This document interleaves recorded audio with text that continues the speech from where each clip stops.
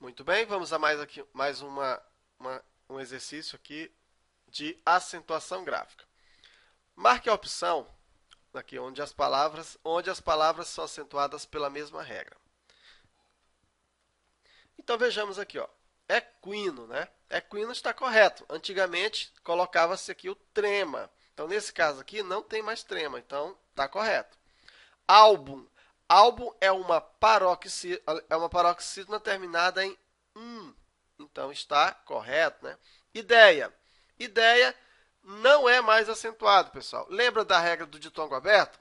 Antigamente, ideia era acentuado. Agora, com o novo acordo ortográfico, se o ditongo aberto, né, formar um outro ditongo, então nesse caso ele não é acentuado, tá certo? Então nesse caso aqui está errada essa acentuação.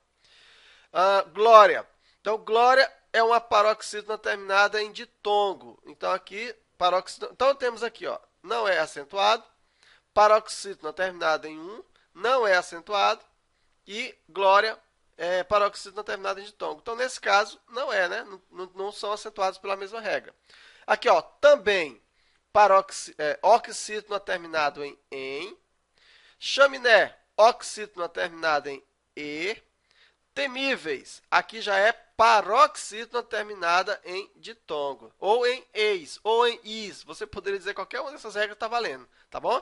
Então, nesse caso aqui, ó, paroxítona e regra das oxítonas. E rádio, paroxítona terminada em ditongo. Então, esses dois pela mesma regra, no caso, paroxítona terminada em ditongo, esses dois pela mesma regra, oxítona, no caso aqui terminada em e aqui terminada em e, tá?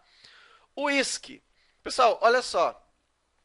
Tem uma regra que diz, né, quando o segundo i do ditongo fica sozinho ou seguido de s. No caso, quando eu separo o whisky, vai ficar assim, ó, o whisky.